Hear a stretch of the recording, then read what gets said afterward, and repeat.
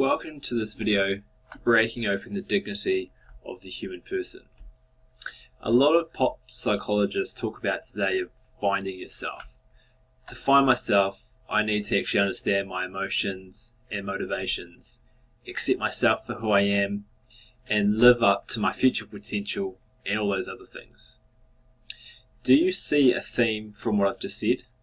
It's all about me. The church offers a different approach to the fulfillment, and it's something that we can't accomplish alone. It's all about loving one another as God loved us. In Vatican II's document, Gaudium et Spes, it says that there is a likeness between the union of the divine persons and the unity of God's sons in true charity, reveals that man, who was the only creature on earth that God willed for itself, cannot fully find and accept through a sincere gift of himself. God is a trinity of persons, a community of love.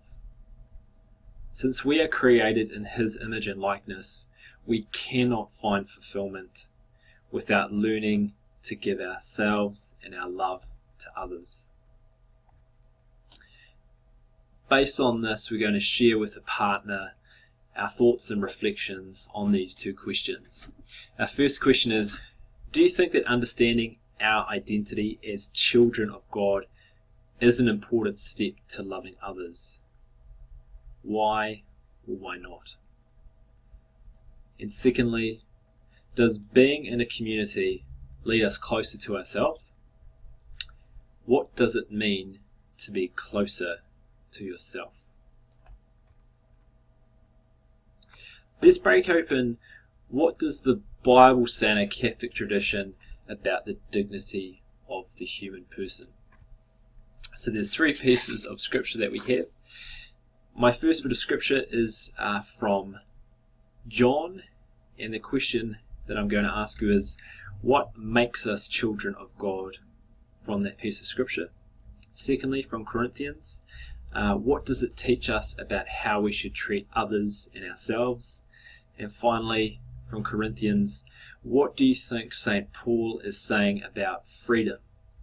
What kinds of things might be lawful but not helpful? For each of your responses to those three bits of scripture, create a short audio recording that someone else in the class will watch. Finally, could be today, tomorrow, or in the following weeks, reach out to someone. Who do you know of in your school community right now who might be feeling isolated and excluded? Find a way to reach out to them, to acknowledge their dignity and help them find their experience of a community.